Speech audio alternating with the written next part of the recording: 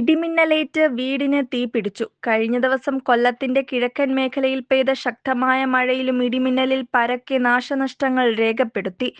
വിളക്കുടി ഗ്രാമപഞ്ചായത്തിലെ കോട്ടവട്ടം മണ്ണേക്കാട്ടിൽ കെ ജോസഫിന്റെ വീട്ടിൽ ഇടിമിന്നലേറ്റ് തീപിടിച്ചു.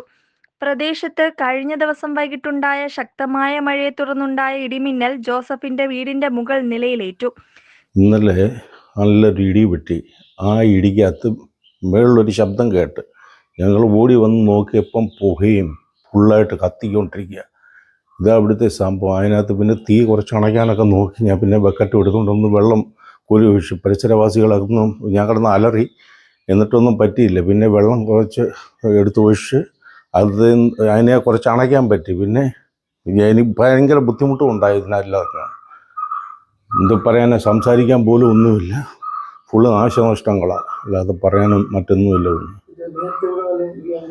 ഇത്രയും നാളായിട്ട് ഈ ഒരു സംഭവം ഇവിടെ ഉണ്ടായിട്ടേ ഇല്ല. യാതൊന്നും സംഭവം ഉണ്ടാവട്ടത്തിൽ ഏറിയായിരുന്നു.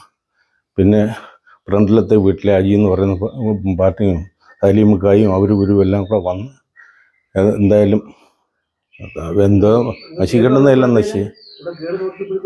സലീമുക്ക അവിടെ നിന്ന് ഓസിനകത്ത് പൈപ്പ് അടിക്കുക. കാരണം വെച്ചാൽ ഗ്ലാസ് എല്ലാം അടഞ്ഞു കിടക്കുകയല്ലേ, അതുകൊണ്ടൊന്നും ചെയ്യാൻ പറ്റുന്നില്ലായിരുന്നു.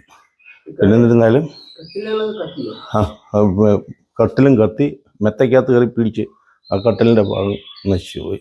വീടിന്റെ മുകൾ നിലയിൽ ഉഗ്രശബ്ദം കേട്ട് വീട്ടുകാർ ചെന്ന് നോക്കുമ്പോഴാണ് മിന്നലേറ്റ കാര്യം അറിയുന്നത്.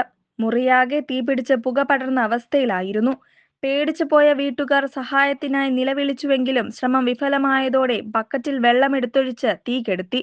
തുടർന്ന് സംഭവം ശ്രദ്ധയിൽപ്പെട്ട അയൽ വീട്ടുകാർ ഹോസ് ഉപയോഗിച്ച് വെള്ളം ചീറ്റി തീ നിയന്ത്രണ വിധേയമാക്കി.